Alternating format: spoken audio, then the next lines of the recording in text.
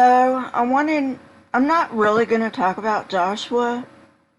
Um, I just wanted to put in Joshua in the title so people would know when I'm talking about Caleb. I'm talking about the Caleb in the Bible. You know, the one that was paired with Joshua. And I said, I can't remember when it was, um, but I told you that Caleb, the friend of Joshua, you know, the ones who supposedly spied out the land of Canaan and said we can take it, while the other spies said no, we can't, they're too strong. I'm talking about that.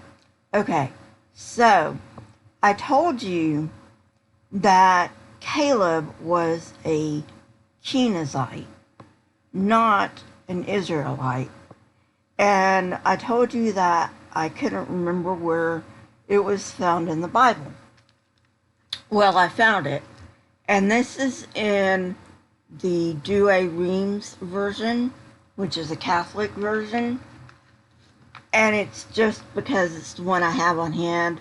I've got a lot of different ones, but I don't know if you can see it.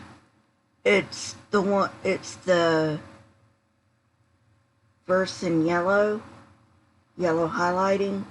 So anyway, it is Joshua 14 verse 6. And it said, "Then the children of Judah came to Joshua in Gilgal, and Caleb, the son of Jephunneh, the Kenizzite, spoke to him, 'Thou knowest what the Lord spoke to Moses, the man of God, concerning me and thee in Kadesh Barnea.'" All right, so that verse in Joshua tells us that Caleb was a Kenizzite.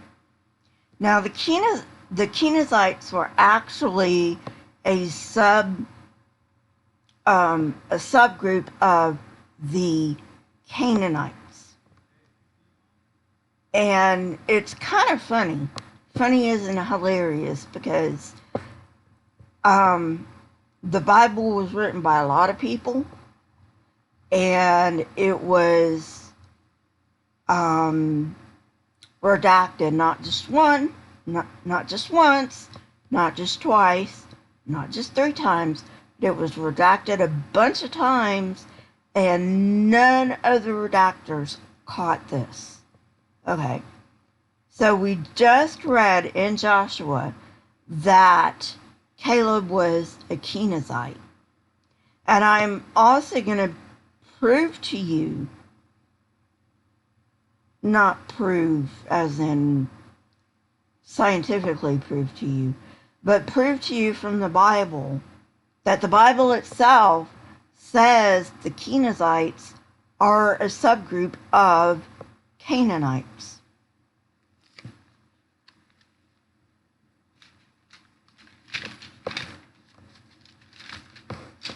So in order to do that, I'm going to go to Genesis.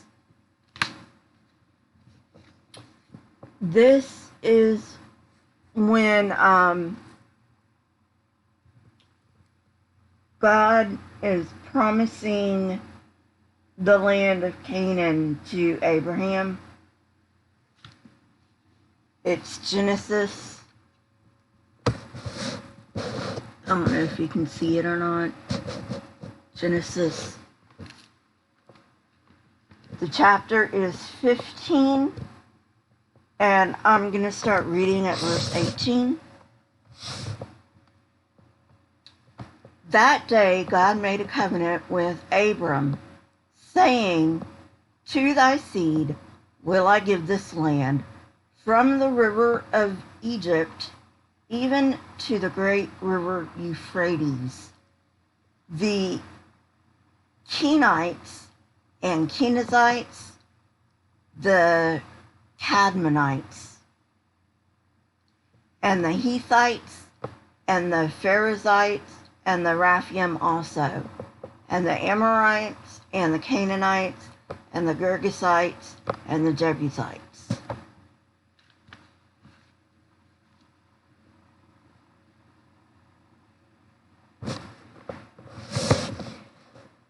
So my question is,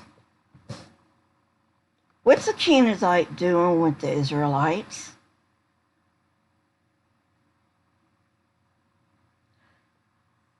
Obviously, someone didn't check, they didn't care, or maybe the Bible isn't real. The Bible is just a bunch of made-up stories.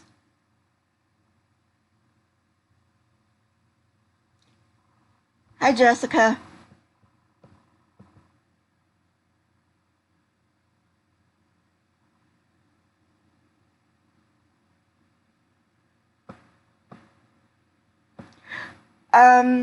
Jessica, you might like my,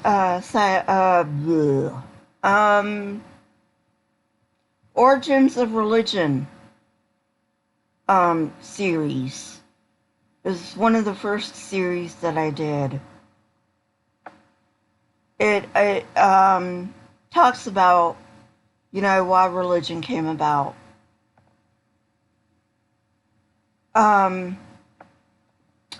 So,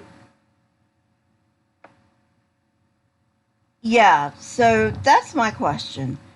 Why would a Kenizzite, who would already be in Canaan, by the way, because they were a subset of Canaanites, why would a Kenizzite, who would already have been in Canaan, be with the Israelites on the other side of the Jordan?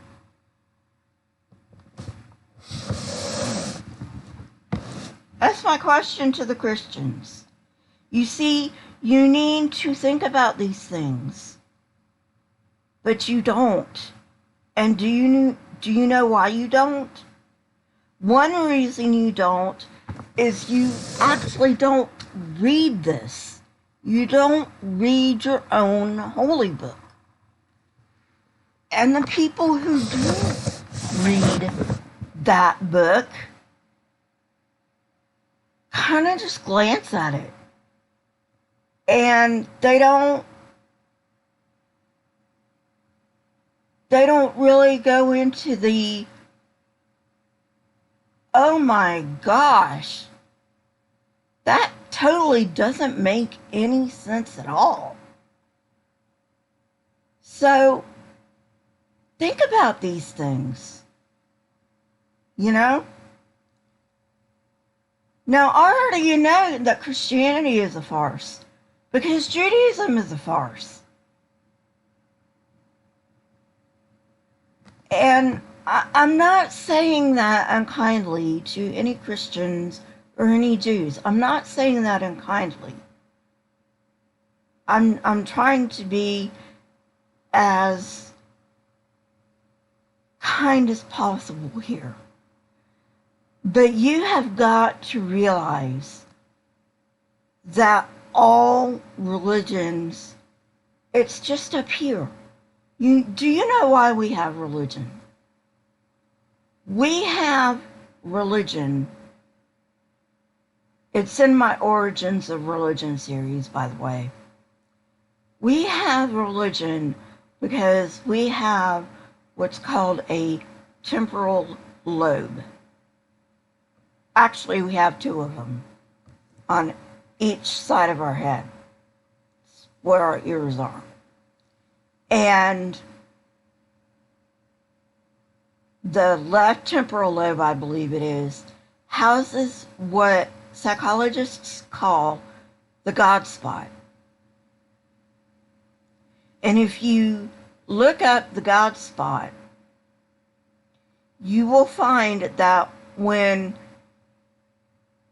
that particular spot is stimulated by transmagnetic stimulation, that people will experience God. Now, I've never had this magnetic stimulation of my temporal lobe, but I do have temporal lobe epilepsy. And that also ignites the God spot, which means I actually have experienced God. So if I've experienced God, I've said it before, if I've experienced God, why don't I believe in him? This is why. If I experience God during my seizures, how do I know that if I experience God outside of my seizures, it is a real experience of God?